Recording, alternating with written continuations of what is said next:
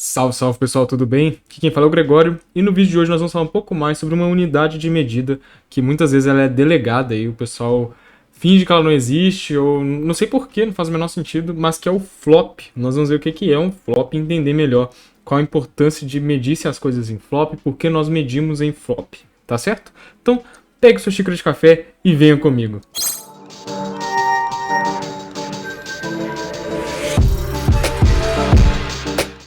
Bom, o que é o flop, né? Esse vídeo vai ser bem interessante, porque assim, eu já vi canal grande aqui no YouTube e relevando ou tratando esse tipo de medida como se fosse algo irrelevante, inútil, o que não faz o menor sentido, porque assim como a gente tem megabytes, gigabytes, a gente tem metros, centímetros, a gente tem flops, tá? Os flops são uma unidade de medida muito importante que a gente não utiliza ela à toa, tá certo? Então o que é o flop? O flop é Float Point Operation per Second, que são as quantidades de operações de ponto flutuante que nós conseguimos fazer em um computador. Basicamente, as operações que nós conseguimos fazer de decimais, tá certo? Por que de decimais? Porque são operações um pouco mais pesadas, as de inteiros geralmente são mais leves.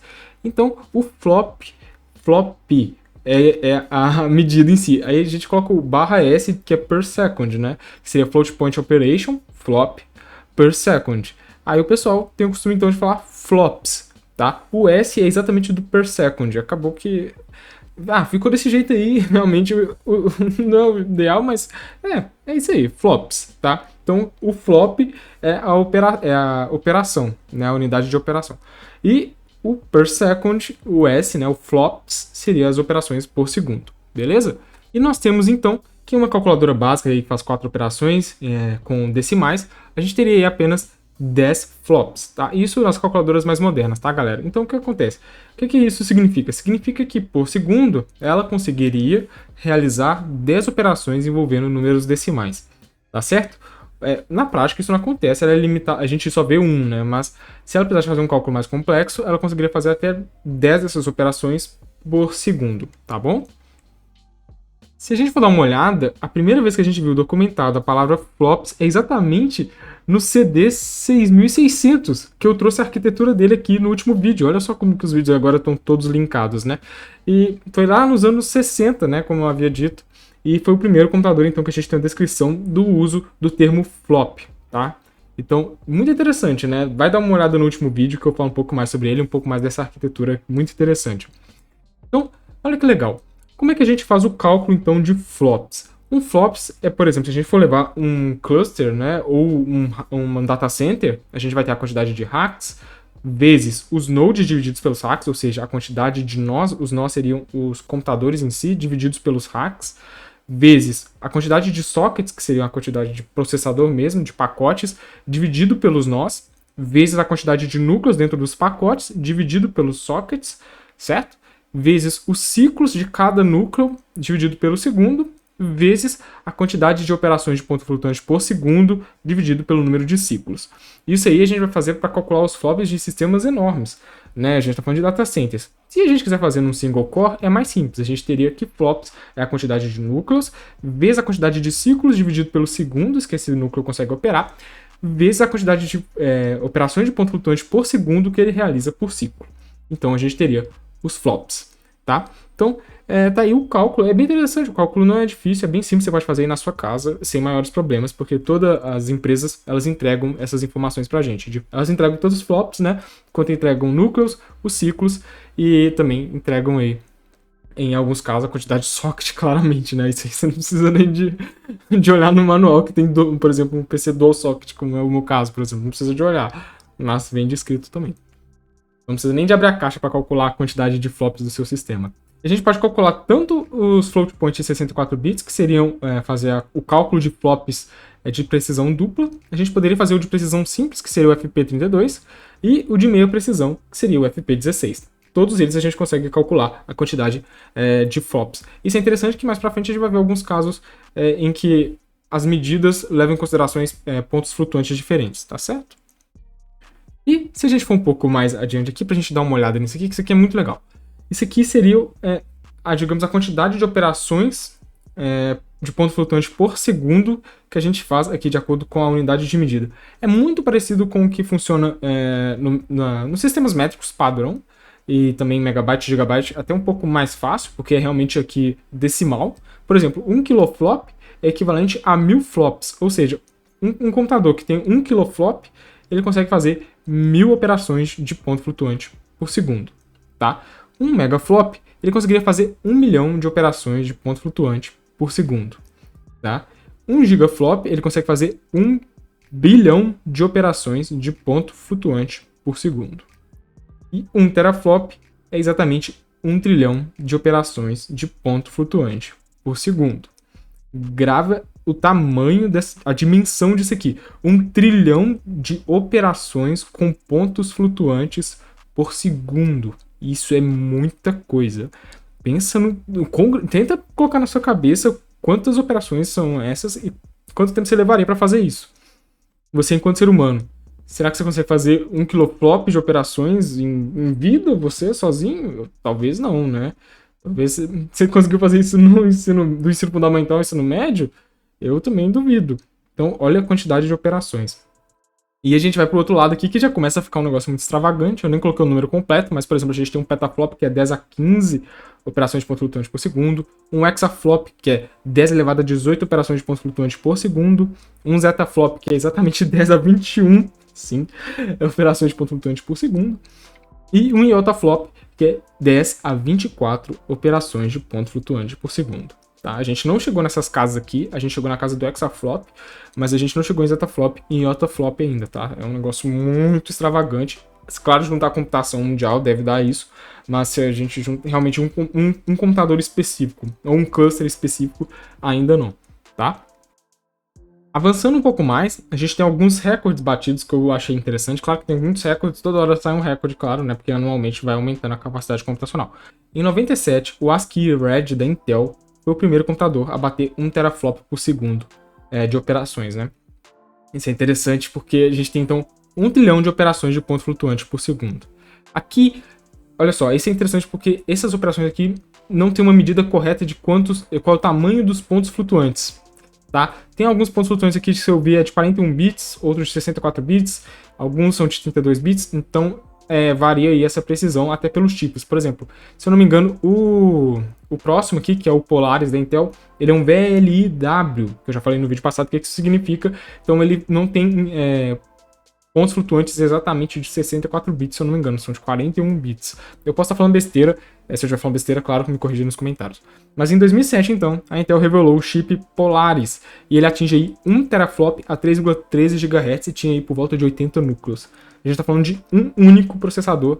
Olha, de 97, em 10 anos, a gente conseguiu ter o mesmo processamento que a gente tinha num supercomputador em um processador único. Isso é bizarro. E em 2020, a Fugaku apresentou pra gente. Então, pessoal, eu queria aproveitar para falar um pouco mais do Fugaku, tá? Que ele é um supercomputador exascale, tá? E teria passado aí nos testes de benchmark que a gente chama de High Performance Lean Pack, que é o HPL. Inclusive, no HPL AI ele teria passado aí na casa dos 2 exabytes, tá? Mas a gente, claro, tem que pegar o total. E o mais interessante disso é que ele é em ARM, seria o primeiro computador em ARM a passar a ter tanta performance assim antes, tá? Nunca tinha sido visto isso antes, então é bem interessante, é bem legal mesmo. Se a gente for lá mais adentro, ele teria 158.976 nós, ou seja, unidades computacionais independentes, que é bem legal mesmo. E ele tem um sistema operacional baseado no kernel Linux, só que personalizado. E ele traz algumas tecnologias que a gente vê normalmente, não no dia a dia, né, claro, mas em produtos que já estão disponíveis no mercado, como High Bandwidth Memory, tá? Aí, e também teria SSD NVMe para cache e tudo mais. Então, assim, é realmente um supercomputador muito interessante. E o custo total do programa é estimado em $1 bilhão, tá? Então, é realmente bem legal esse Fugaku aí. Então, só quis dar essa pausa aí para falar um pouco mais sobre. De 415,5 petaflops. Isso é muito grande até para raciocinar. É tipo 415,5 vezes 10 elevado a 15 operações de ponto flutuante por segundo. É muita coisa. É muito extravagante. É realmente um número absurdo, tá? E a gente, avançando um pouco mais aqui, a gente tem alguns outros recordes que são interessantes. dos recordes, esses recordes aqui são um pouco diferentes dos anteriores, que os anteriores eram realmente de supercomputação. Esse aqui, se a gente for dar uma olhada, em abril de 2020, um projeto chamado Folding Home, tá? Tinha mais de 2,3 exaflops de capacidade total de computação. Mas do que se trata? Se tratava de um projeto em que as pessoas ligavam suas máquinas a essa rede e faziam, então, alguns cálculos. É diferente do que a gente viu anteriormente, né, que eram realmente clusters e supercomputadores. Aqui não. Aqui a gente tem uma rede distribuída. É um pouco mais fácil, mas a gente tem alguns problemas, por exemplo, o gargalo da rede e tudo mais. Então, assim, a gente chega nesse total de processamento, mas, né... E, por exemplo, a gente tem aqui, que interessante, o PS4, que entregou 1,84 teraflops a $400 lá, tá? Isso é muito legal, porque olha o preço que tá isso aqui. Simplesmente, você tem quase 2 teraflops por $400, e é muito barato. Eu vou mostrar agora, depois o preço, e vocês vão ver que é ridículo o preço. E mais interessante ainda, que a RTX 3080 entregou aí 29 teraflops, tá? Só que tem dois detalhes. Tanto o PS4 quanto a RTX 3080 estão sendo medidos em FP32. Percebam, os outros computadores são mais ou menos FP64 ali, mais próximo, acima de 32 bits. Então a gente percebe que existe aí, claro que tá um pouco abaixo do que realmente os outros computadores fazem, né? Tá? Então, supercomputador ainda é um supercomputador. E se a gente avançar ainda mais aqui, pra gente for olhar os preços do gigaflop. Olha que coisa sinistra. Isso aqui eu acho que é tão sinistro quanto a quantidade de processamento. Em 1945, o ENIAC, tá? Ele aí, 1 gigaflop nele custava 1,881 trilhões de dólares. Um gigaflop. Isso é tipo, cara, é muito caro. É quase. Se a gente for pegar o preço da época pra agora, tipo. É mais que o PIB de alguns países. É ridículo de absurdo isso aqui. Mas não é louco, né? Realmente, é o preço disso. Se a gente olhar em 1961, o IBM 7030 Stretch custava 160 bilhões por gigaflop. É isso aí, muito incrível. E em 1974, o Cray XMP, ele aí tinha o preço de 46 milhões de dólares por gigaflop. Vocês veem que deu uma queda gigante de unidades, né? Tipo, caiu de trilhão para bilhão para milhão. E isso em poucos anos, de 1945 a 1974. E a coisa começa a ficar ainda mais bizarra. Se a gente for olhar o avanço aí pra frente, em 97, um cluster de 16 cores de Pentium Pro tinha aí custando 48 mil dólares por gigaflop. A gente caiu agora para 1.000. Aí, de repente, a gente lá em 2000, 3 anos depois, a gente tem um Clat 2, que também era um cluster de 64 nós, rodando aí por $964 o gigaflop. E lá pra frente, lá em 2007, o MicroWolf entrega pra gente, ele é um cluster também, ele entrega pra gente um gigaflop por $59. Tá? E, pasmem, agora que fica legal. Isso aqui vai chocar vocês de alguma forma. Em 2020, o PS5 entrega pra gente, sim, um gigaflop por 4 centavos de dólar. É maravilhoso, é incrível. Isso é muito incrível. E esse é o mais interessante de a gente ter uma unidade de medida, que a gente consegue exatamente também fazer todos esses cálculos, né? E é isso, eu achei, tipo, fantástico a gente ver essas métricas, os valores são astronômicos, né, quando a gente começa a realmente trabalhar com isso aqui. 1 bilhão de operações de ponto flutuante por segundo, por exatos 4 centavos de dólar. Bizarro. Então, eu achei muito legal esse tema, pelo menos essas métricas, eu acho elas muito importantes. Não dá para relevar isso, gente. É impossível. A gente vê que a computação está avançando exatamente pela quantidade de operações de ponto flutuante que a gente está fazendo através dela. Claro que a gente tem outras questões, como, por exemplo, a forma que a gente está operando isso. A gente vai ver que a influência das GPUs é muito forte, que você consegue fazer, assim, muitas operações milhões de operações de ponto flutuante num núcleo de GPU, assim, tipo instantâneo. Então você está fazendo operações com a forma que a gente faz as operações, né, a gente trabalhando com SIND, por exemplo, a gente falando aí de AVX, por exemplo, também ajuda, né, essas tecnologias que trabalham com múltiplos dados ajudam muito. Parar de trabalhar de forma sequencial, trabalhar com paralelismo. Ajuda demais, entendeu? Então isso aqui tudo é um avanço da tecnologia em si, tanto nas arquiteturas, na tecnologia envolvida, na forma que a gente faz os cálculos. E a gente chega nesse patamar. É excepcional. E o que você achou disso? Deixe nos comentários, não se esqueça de deixar seu like e se inscrever no canal. E claro, compartilhe com seu amigo que vai gostar desse assunto também. Nós nos vemos no próximo vídeo e até a próxima.